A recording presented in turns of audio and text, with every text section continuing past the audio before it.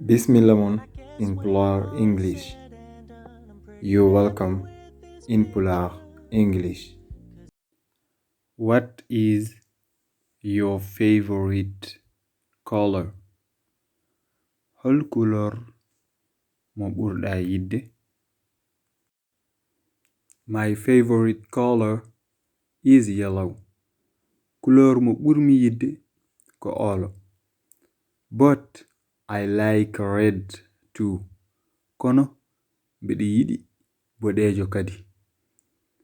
What is your favorite color? Hol couleur mo ɓurɗa yidde? I like purple. Mbiɗa yiɗi violet, black and white. Ɓaleejo e daneejo. My brother likes blue.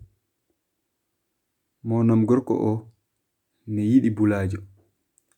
Because it's the color of the sky.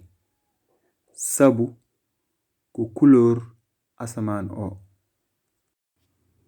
Tell me, what color are your eyes?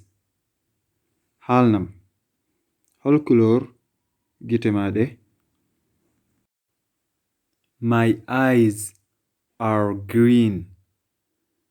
Gite amɗe ko vert.